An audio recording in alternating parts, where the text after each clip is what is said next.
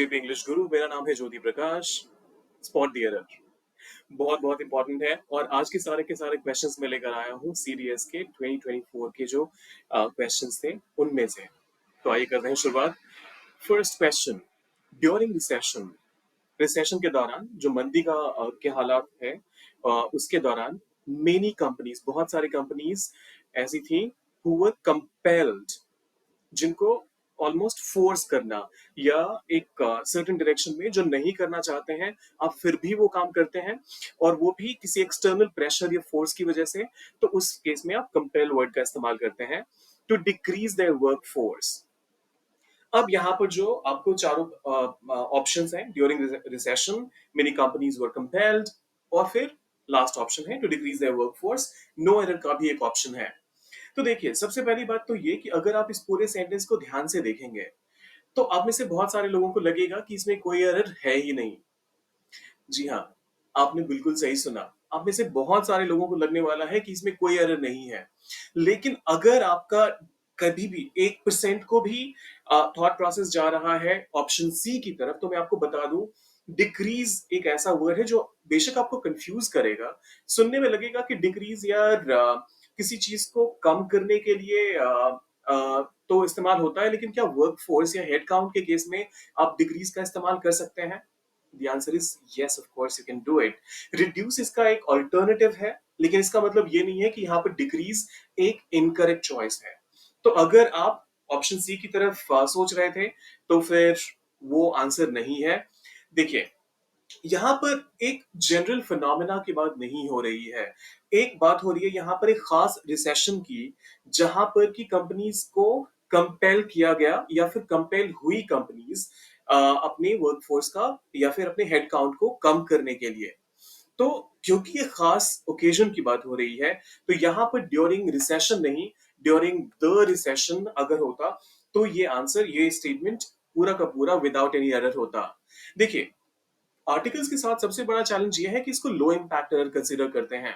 लेकिन अगर आप यूपीएससी का क्वेश्चनिंग पैटर्न देखेंगे, सीडीएस भी यूपीएससी ही कंडक्ट करवाता है, तो अगर इसका क्वेश्चनिंग पैटर्न देखेंगे तो कई बार यूपीएससी के मेंस के पेपर में भी जो एक मैंडेटरी वाला सेगमेंट है इंग्लिश का, वहां पर भी आर्टिकल के एरर्स एरर्स भर भर के आते हैं। तो इस वजह से यहाँ पर आप, और वो भी डेफिनेट आर्टिकल है, तो आप इसको बिल्कुल नकार नहीं सकते। वो अलग बात है कि उसके बगैर भी आपको सेंटेंस परफेक्ट सेंस बना रहा है। और आर्टिकल, अगर खासतौर पे आप डेफिनेट आर्टिकल की बात करें, द की बात करें, तो ये कहीं से भी आपको ऐसा नहीं लगेगा कि ये बेशक जरूरी है, इसके बगैर मेरा सेंटेंस सही नहीं होगा। तो अगर आपने भी ऑप्शन ए को करा था मार्क, तो फिर आपको मिलते हैं फुल मार्क्स। आइए देखते हैं अगला statement. The politicians parted ways due towards ideological differences. जो नेतागण थे, पॉलिटिशियंस, एक नहीं बहुत सारे नेताओं की बात हो रही है। पार्ट वेज का मतलब होता है अलग होना, एक दूसरे से अपना रास्ता अलग कर लेना। जैसे मान लीजिए, अगर आपको कहना हो कि बॉयफ्रेंड गर्लफ्रेंड की बात करते हैं, स्टूडेंट्स के केस में ये बहुत होता है ना, तो जब ब्रेकअप होता है तो वहां पर भी आप पार्ट वेज का इस्तेमाल कर सकते हैं। किसी नेता ने किसी पार्टी से अपना वास्ता तोड़ लिया, तो उस केस में आप पार्ट वेज का इस्तेमाल करते हैं। कोई कंपनी है, उसके दो ओनर्स हैं, दोनों ने अलग अलग जाने का फैसला कर लिया, तो उस केस में आप पार्ट वेज का इस्तेमाल करते हैं। मतलब अपने रास्ते अलग कर लेना, एक दूसरे से अलग हो जाना, उसके लिए आप पार्ट वेज का इस्तेमाल करते हैं। ये तो आई एम श्योर आप सबको पता है और इसमें कोई कंफ्यूजन नहीं होना चाहिए। सिंपल पास्ट टेंस का सेंटेंस है, the politicians parted ways due towards ideological differences. जो उनके मतभेद थे, वैचारिक मतभेद, यहाँ पर आइडियोलॉजिकल डिफरेंसेस का जो लिटरल मीनिंग होगा वैचारिक मतभेद के बारे में हो रहा है, यहाँ पर बात हो रही है। देखिए, जब कभी भी आप कहते हैं I am going to my school और I am going to the school, तो फिर ये टूवर्ड्स का सेंस देता है। लेकिन इसका मतलब ये नहीं है कि आप टूवर्ड्स का इस्तेमाल, जहां भी टू आता है उसको रिप्लेस करके आप टूवर्ड्स का इस्तेमाल कर पाए। तो इस वजह से यहाँ टूवर्ड्स ड्यू के साथ नहीं आएगा। अगर यहाँ पर टूवर्ड्स के बदले टू लिखा होता तो ये सेंटेंस में कोई एरर नहीं था। क्योंकि यहाँ पर टूवर्ड्स लिखा हुआ है, तो जो आंसर है वो है ऑप्शन सी, और जो एरर है वो ऑप्शन सी में है। अगर आपने भी ऑप्शन सी को किया है मार्क, तो आपको मिलता है फुल मार्क्स। आइए देखते हैं third question. The murder was too abominable to describe. जो हत्या थी, जो किसी की हत्या की बात हो रही है यहाँ पर, वॉज थी, टू बहुत ज्यादा, अबॉमिनेबल का मतलब होता है बहुत ही ग्रूसम, बहुत ही ज्यादा क्रूएल तरीके से अगर आप किसी का मर्डर करते हैं। आई मीन ऑब्वियसली कोई भी इंसान का अगर मर्डर की का डिस्कशन हो रहा है तो उस केस में आप अबॉमिनेबल का इस्तेमाल करते हैं। तो कहने का मतलब ये है कि ये इतना ग्रूसम था, ये इतना घिनौने तरीके से ये पूरा मर्डर को अंजाम अंजाम दिया गया था कि उसको डिस्क्राइब करना भी अच्छा नहीं लग रहा था, या फिर अच्छी बात नहीं लग रही थी। तो यहाँ पर एरर कहाँ है? अगर आप कंफ्यूज ये हैं कि क्या अबॉमिनेबल के साथ आप टू का इस्तेमाल कर सकते हैं, बिल्कुल कर सकते हैं, वहां पर कोई एरर नहीं है। देखिए, the murder was too abominable to described. देखिए, टू के साथ आप सबको पता है कि वर्ब का फर्स्ट फॉर्म आता है। तो यहां पर अगर आप टू डिस्क्राइब करते हैं तो ऑप्शन सी में एरर तो डेफिनेटली ऑप्शन सी में है, ये आई एम श्योर आप सबको पता चल चुका होगा अभी तक। लेकिन क्या यहां पर अगर मैं इसको टू डिस्क्राइब कर दूं तो क्या आंसर मेरा सही हो जाएगा? देखिए, इसको आप दो तरीके से देख सकते हैं। जो हत्या थी वो इतनी अ, इतनी बुरी तरीके से की गई थी कि उसको डिस्क्राइब कर पाना, सो टू बी डिस्क्राइब्ड यहां पर बेस्ट चॉइस होना चाहिए। लेकिन अगर मैं इसको टू डिस्क्राइब कहूंगा तो ये पूरी तरह से गलत नहीं होगा, कहीं ना कहीं मुझे ये सेंस लेना पड़ेगा कि जो फॉर मी वाला एक पार्ट है, the murder was too abominable for me to describe. तो ये जो फॉर मी है वो, अगर मैं इसको एक अंडरलाइन मैसेज के तौर पे लूं, अगर मैं ये सोचूं कि ये अनसेड है, लेकिन ऑब्वियसली इसका कहने का मतलब ये है कि मर्डर ऑब्वियसली खुद को तो डिस्क्राइब नहीं करेगा, तो मेरे लिए इस हत्या को डिस्क्राइब कर पाना बिल्कुल ही मतलब पॉसिबल नहीं था।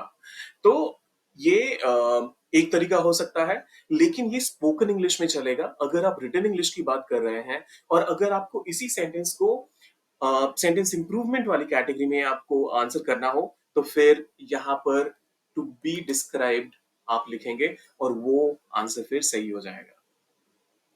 ठीक है, अभी तक तीन क्वेश्चंस हो गए हैं और आइए देखते हैं फोर्थ क्वेश्चन क्या कहता है। Each new word in this book have a different meaning.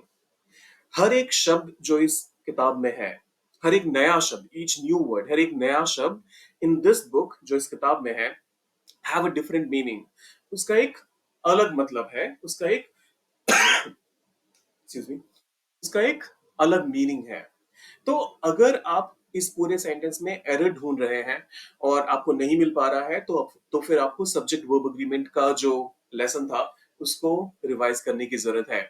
देखिए, आपको हमेशा ये ध्यान रखना पड़ेगा कि जब कभी भी ईच, एवरी और ये जितने भी आपके इनफाइनाइट प्रोनाउंस आते हैं उनके साथ आप बेशक आगे कुछ भी फ्रेज लगा लीजिए, कोई भी वर्ड लगा लीजिए, प्लूरल हो सिंगुलर हो, कोई फर्क नहीं पड़ता, आपका वर्ब हमेशा सिंगुलर रहना चाहिए। तो each new word in this book has a different meaning would be the right answer here. तो जो एरर है वो ऑप्शन सी में है, और अगर आपने भी ऑप्शन सी को किया है माँ तो फिर वो हो जाएगा बिल्कुल करेक्ट, आपको मिलेंगे फुल मार्क्स। अगर यहाँ पर ये हैव के बजाय हैज लिखा हुआ रहता तो फिर आपको नो एरर को पिक करना था, और अगर ये सेम क्वेश्चन आपको सेंटेंस इंप्रूवमेंट के क्वेरी में आ जाए या फिर क्वेश्चन में आ जाए तो वहां पर फिर आपको चूज करना है हैज अ डिफरेंट मीनिंग। ठीक है, आइए चलते हैं अगले क्वेश्चन की तरफ। फिफ्थ क्वेश्चन कहता है, the news regarding the earthquake survivors are very disturbing. जो समाचार है, जो न्यूज है, किसके बारे में? रिगार्डिंग के बारे में, द अर्थक्वेक सर्वाइवर्स, जो भूकंप में जिन लोगों की जान बच गई, जो लोग बच गए, उनके बारे में जो खबर है, उनके बारे में जो न्यूज है, जो समाचार है, वो बड़ा ही विचलित करने वाला है, बड़ा ही डिस्टर्बिंग है। तो यहाँ पर क्या एरर है? आई एम श्योर आप में से मैक्सिमम लोगों ने मार्क कर लिया होगा। अगर हाँ तो फिर कमेंट करके बताइए कि क्या आप भी अभी तक के सारे क्वेश्चंस का आंसर पहले ही मार्क करके रख चुके थे। फिलहाल देखते हैं। देखिए, न्यूज, फिजिक्स, मैथमेटिक्स, ये फिर से सब्जेक्ट वर्ब अग्रीमेंट वाला एक चैप्टर, एक एक रूल है जहां पर आपको बहुत ही स्पेसिफिकली बोला जाता है कि कोई भी नाउन जहां पर कि लास्ट में एस आ जाए तो आप उसको प्लूरल मत कंसिडर कर लीजिए। समाचार हमेशा सिंगुलर रहता है, खबर हमेशा सिंगुलर ही कंसिडर किया जाता है। तो द न्यूज, ये बेशक आपको सुनने में लगेगा कि बहुत सारे खबरों की बात हो रही है, लेकिन ये न्यूज है, तो आप इसको हमेशा सिंगुलर ही ट्रीट करेंगे। तो इस वजह से जो यहाँ पर फिर से ऑप्शन सी है, आर वेरी डिस्टर्बिंग, आपको इसको मार्क करना है एरर के तौर पे। और अगर ये सेंटेंस इंप्रूवमेंट में ये क्वेश्चन आता तो फिर आप इसको करते इज। अब यहाँ पर कंफ्यूजन क्यों होगा वो मैं बताता हूं। बहुत सारे लोग सर्वाइवर्स को देख लेंगे, आर देख लेंगे और उनको लगेगा अच्छा सर्वाइवर्स की बात हो रही है, तो उनके साथ तो एक की बात नहीं हो रही है, बहुत सारे लोगों की बात हो रही है, तो यहाँ पर आर का इस्तेमाल करना है। लेकिन आपको इस पूरे सेंटेंस के क्लॉजेस को ब्रेक करके देखना पड़ेगा। The news regarding the earthquake survivors are very disturbing, ये पूरा स्टेटमेंट अगर है तो यहाँ पर the news are very disturbing, क्योंकि न्यूज से जो ये वर्ब है वो न्यूज से कनेक्टेड है, सर्वाइवर से कनेक्टेड नहीं है। तो इस वजह से यहाँ पर is very disturbing would be the right answer, would have been the right approach rather. Sixth question देखते हैं। These equipments must have cost a fortune. ये जो औजार हैं, ये जो सामान है, ये जो कलपुर्जे हैं, मस्ट हैव, अवश्य ही, कॉस्ट ऑफ फॉर्च्यून, बहुत ज्यादा पैसा लगा होगा। कॉस्ट ऑफ फॉर्च्यून का एक मतलब होता है कि आप बहुत ज्यादा पैसे खर्च करके जब कोई भी चीज खरीदते हो या फिर कोई भी चीज अक्वायर करते हो, तो उसके लिए आप कॉस्ट ऑफ फॉर्च्यून या फिर कॉस्ट बॉम्ब का इस्तेमाल करते हो। Burn hole in pocket, in the pocket. तो एक बार फिर से इन सबको यहाँ पर करते हैं नोट। तो अगर यहाँ पर cost bomb, cost fortune, cost an arm and a leg। जब जब कभी भी आप किसी भी चीज को बहुत महंगा बताना चाहते हो तो इस तरीके के फ्रेजेस का आप इस्तेमाल करते हो। खैर, फिलहाल देखते हैं कि यहाँ पर क्या एरर है। देखिए, आप में से मैक्सिमम लोग, क्योंकि एक पैटर्न भी अभी तक चलता आ रहा है कि सी सी सी लगातार आ रहा है, और दूसरी बात ये भी कि मस्ट हैव के साथ आपको लगेगा अच्छा कॉस्ट है, तो फटाक से इसको कॉस्टेड कर देते हैं। लेकिन बॉस, कॉस्ट एक इरेगुलर वर्ब है, आप यहाँ पर ईडी लगाकर इसको प्लुरलाइज नहीं कर सकते। अगर आप करते हैं तो वो गलत होगा, क्योंकि फॉर्मल इनफॉर्मल में आप कॉस्टेड बोल देते हैं और लोग उसको समझ भी जाते हैं, कंसिडर भी करते हैं कि वो सही ही बोला होगा। लेकिन कॉस्ट कॉस्ट कॉस्ट, इसका जो पूरा वर्ब फॉर्म है, कॉस्ट कॉस्ट कॉस्ट, या फिर पुट हो गया, पुट पुट पुट, कट हो गया, कास्ट हो गया, तो इन सब में आप हमेशा जो इसका पूरा वर्ब फॉर्म रहता है वो बेशक आप सिंगुलर, सॉरी क्या बोलते हैं, अपना प्रेजेंट में बात करें या फिर पास्ट में बात करें, ये कॉस्ट ही रहता है। तो मस्ट हैव कॉस्ट फॉर्च्यून, ये करेक्ट है। यहाँ पर एरर जो है वो काफी ग्लेयरिंग एरर है इक्विपमेंट्स के साथ, और ये इतना कॉमन एरर है कि मैं भी का एक वाक्य बताता हूँ। अभी मैं ट्रैवल कर रहा था कुछ लास्ट, आई गेस वेंसडे के आसपास की बात है। तो ट्रैवल के दौरान मैंने देखा एक एयरपोर्ट पे लिखा हुआ था इक्विपमेंट्स बॉक्स। अब क्योंकि लोगों को लगता है कि इक्विपमेंट सिंगुलर होगा, इक्विपमेंट्स प्लूरल होगा, लेकिन ये इक्विपमेंट एक कलेक्टिव नाउन है। आप इसको कभी भी प्लुरलाइज करने के लिए इसमें एस या फिर ईएस का इस्तेमाल नहीं करते हैं। ये सेम वैसे ही है जैसे आप फर्नीचर कहते हैं, तो फर्नीचर्स नहीं हो जाता। या फिर जैसे मान लीजिए फिश कहते हैं, अगर आप बहुत सारी वैरायटी ऑफ फिश की बात कर रहे हैं, तो अलग अलग तरीके की फिश की बात कर रहे हैं, तो वहां पर फिशेस फिर भी कंसिडर कर लिया जाता है अप्रोप्रिएट। लेकिन अगर जनरल सेंस में आपको फिश बोल दिया जाए और उसका प्लूरल आपसे बोला जाए कहने को, तो वो फिश ही रहता है। तो उसी सेंस में अगर आप यहाँ पर इक्विपमेंट्स देखेंगे तो सबसे पहले आपको समझ आ जाना चाहिए कि बॉस इक्विपमेंट्स तो होता ही नहीं है, तो आप इक्विपमेंट्स को ही मार्क करेंगे। Option A is the right answer. या क्या आपने भी यही मार्क किया था? अगर हाँ तो फिर कमेंट करके बताइए। देखते हैं सेवेंथ क्वेश्चन क्या कहता है। Prateek doesn't look well today, doesn't he. Prateek ठीक नहीं दिख रहा है, ऐसा लग रहा है उसकी तबीयत खराब है। जब आप वेल की बात करते हैं तो यूजुअली किसी इंसान के वेल बीइंग की बात करते हैं, आप किसी की तबीयत ठीक होने या खराब होने की बात करते हैं। तो यहाँ बात हो रही है, प्रतीक नाम का एक इंसान है जो कि आज सही नहीं दिख रहा। तो यहाँ और उसके साथ एक क्वेश्चन टैग लगा हुआ है, डजंट ही। तो आप किसी को पूछ रहे हो कि प्रतीक आज ठीक नहीं लग रहा, है ना? या फिर क्या तुम्हें क्या लगता है, आप कहीं ना कहीं वो एक अप्रूवल चाहते हो, एक वैलिडेशन चाहते हो सामने वाले से। उस केस में आप इस क्वेश्चन टैग का इस्तेमाल कर रहे हो। देखिए, क्वेश्चन टैग का जो एक सिंपल लॉजिक और सिंपल या फिर थंब रूल कह लें, वो ये कहता है कि आपका अगर स्टेटमेंट नेगेटिव में है तो आपका जो टैग होगा वो पॉजिटिव होगा। अगर आपका अगर आपका स्टेटमेंट पॉजिटिव है तो आपका टैग नेगेटिव होगा। तो यहां पर क्योंकि हमारा statement Prateek doesn't look well today, ये पहले से ही हमारा नेगेटिव में है, तो जो हमारा टैग है वो पॉजिटिव में होना चाहिए। और यहाँ पर डजंट ही के बदले डज ही का इस्तेमाल होना चाहिए था, फिर जाके ये स्टेटमेंट हमारा सही होता। Prateek doesn't look well today, does he. I am sure आपने भी इसी को मार्क किया होगा। आइए देखते हैं एट्थ क्वेश्चन क्या कहता है। It was one of the most eloquent speeches delivered by Swami Vivekanand. ये जो स्वामी विवेकानंद के बहुत सारे स्पीच उन्होंने डिलीवर करे थे, उनमें से एक बेहतरीन स्पीचेस में से एक ये वाला है, या फिर ये वाला था। यहाँ वॉज की बात हो रही है, तो ये वाला था। देखिए, यहाँ पर बहुत सारे लोग बोलते हैं कि इलोक्वेंट का इस्तेमाल हुआ है, तो इसके साथ आपको यहाँ पर स्पीकर की बात करनी चाहिए। तो ये फैक्ट नहीं है।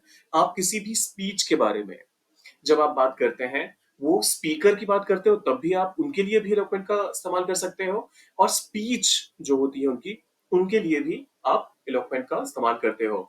तो इसी वजह से यहाँ पर जो एरर है वो इस वाले पार्ट में नहीं है, इलोक्वेंट स्पीचेस वाले पार्ट में नहीं है। यहाँ पर जो एरर है वन ऑफ के साथ, देखिए मोस्ट जैसे ही आ गया कभी भी आपके सेंटेंस में, तो आप ये समझ तो गए ही होंगे कि ये सुपरलेटिव डिग्री का एडजेक्टिव है। तो सुपरलेटिव डिग्री हमेशा अपने साथ आर्टिकल द का इस्तेमाल करता है, हमेशा अपने साथ द लेता है। और यहां पर क्योंकि वन ऑफ द का इस्तेमाल हुआ है, वन आउट ऑफ मेनी, तो स्पीचेस ये भी सही है। तो यहां पर अगर आप देखेंगे one of the most eloquent speeches, ये फिर सही हो जाता। अब देखिए ऑप्शन कैसे दिया हुआ है, it was one of most eloquent speeches delivered by Swami Vivekananda. देखिए, यहां अगर मैं द इस पार्ट में लगाता हूं तब भी ये सही रहेगा, अगर मैं इस पार्ट में लगाता हूं तब भी ये सही रहेगा। तो ऐसे में स्टूडेंट्स को क्या पिक करना चाहिए? क्या वन ऑफ द पहले पार्ट में मैं लगाऊं और उसके बाद में कंसिडर करूं कि मेरा स्टेटमेंट सही हो गया, या फिर दूसरे पार्ट में? जब कभी भी ऐसा डिलेमा हो आपके जहन में, तो आप पहले ये सोचिए कि क्या जो पूरा कंप्लीट फ्रेज है वो किसी एक पार्ट का हिस्सा है। देखिए यहाँ पर one of the most eloquent speeches, अगर ये पूरा का पूरा पार्ट पार्ट बी होता, तो फिर तो हम आंखें बंद करके इसको मार्क कर सकते थे। लेकिन यहाँ पर मुझे लग रहा है कि कोई टाइपोग्राफिकल एरर होना चाहिए, या फिर कोई ना कोई बेनिफिट ऑफ डाउट तो देना पड़ेगा स्टूडेंट्स को, क्योंकि अगर आपने ऑप्शन ए को मार्क किया, क्योंकि दो वहां भी अगर आप इस्तेमाल करते हो तो भी आपका सेंटेंस करेक्ट सेंस बनाएगा, और अगर आप सेकंड वाले में भी द का इस्तेमाल करते हो शुरुआत में, तो भी वो परफेक्ट सेंस बनाएगा। तो इस वजह से ईदर वेज आपका जो सेंटेंस है वो कंसिडर किया जाएगा सही, जैसे आपने द का इस्तेमाल कर लिया। तो यहाँ पर मुझे लगता है कि आप सबको मार्क्स मिल जाने चाहिए जिन्होंने भी ए या फिर बी, दोनों में से कोई भी एक चूज करा होगा। तो देखिए क्या होता है। नाइन्थ क्वेश्चन देखते हैं। He suffered from fever when he was interviewed for the job. जब वो उसका इंटरव्यू कंडक्ट किया जा रहा था, कोई जब उसका इंटरव्यू ले रहा था, तो उस टाइम पे उसको बुखार था। किसी जॉब के लिए वो इंटरव्यू दे रहा होगा, तो उस टाइम पे उसको बुखार था। देखिए यहाँ पे ही सफर्ड फ्रॉम फीवर, ये ऐसा नहीं हुआ कि फीवर वाला एपिसोड कंप्लीट हो गया और उसके बाद इंटरव्यू उसका कंडक्ट किया गया, क्योंकि यहाँ पर आपको ये क्लैरिटी नहीं है। इस वजह से आप और अगर होती भी, मान लीजिए फॉर एनी रीजन यहाँ पर कुछ ऐसा सेंटेंस लिख कर आता, ही suffered from fever a day before the day when he was interviewed for the job, तो उस केस में यहाँ पर हम पास्ट परफेक्ट का इस्तेमाल करते, क्योंकि दो अलग अलग क्लॉजेस हो जाते। मैं यहाँ पर लिख भी देता हूँ कि मैं किस चीज की बात कर रहा हूँ। देखिए,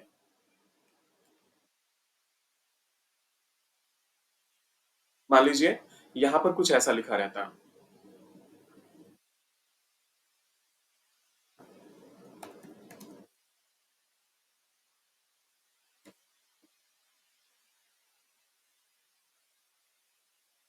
he suffered from fever the night before he was interviewed for the job। तो यहां पर भी ये गलत है, क्योंकि आप दो अलग अलग टेंसेस, दो अलग अलग चीजों की बात कर रहे हैं। पहले एक काम हुआ, पहले बंदा बीमार हुआ और उसके बाद उसका इंटरव्यू हुआ। तो ऐसे में यहां पर आपको पास्ट परफेक्ट का इस्तेमाल करना रहता। लेकिन यहां पर ये क्लैरिटी भी नहीं है। यहां पर ऐसा लग रहा है सुनने में कि जैसे जब उसका इंटरव्यू हो रहा था तो उस टाइम पे उसको बुखार था। तो ऐसे में ही वॉज सफरिंग, ये मोस्ट अप्रोप्रिएट चॉइस होना चाहिए। और इसी वजह से आपको यहाँ पर मार्क करना चाहिए ऑप्शन ए को एरर के लिए।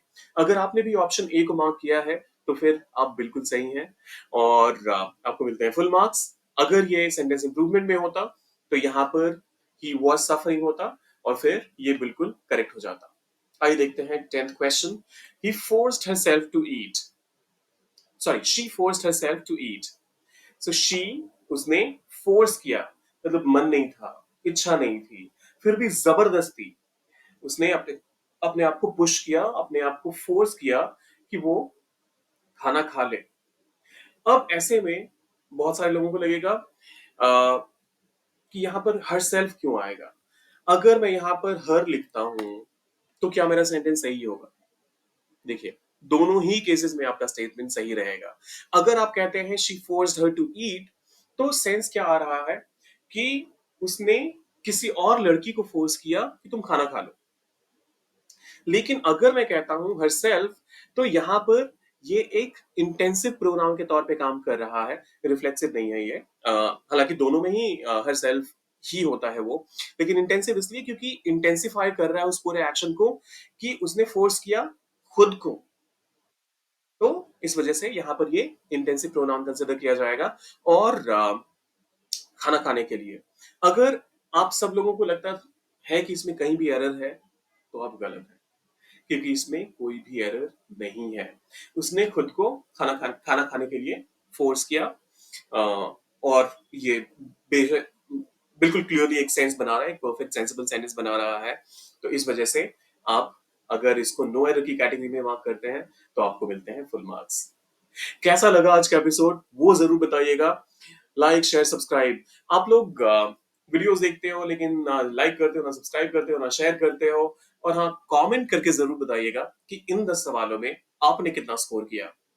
मिलते हैं जल्दी ही। Till then take care of yourself and keep learning.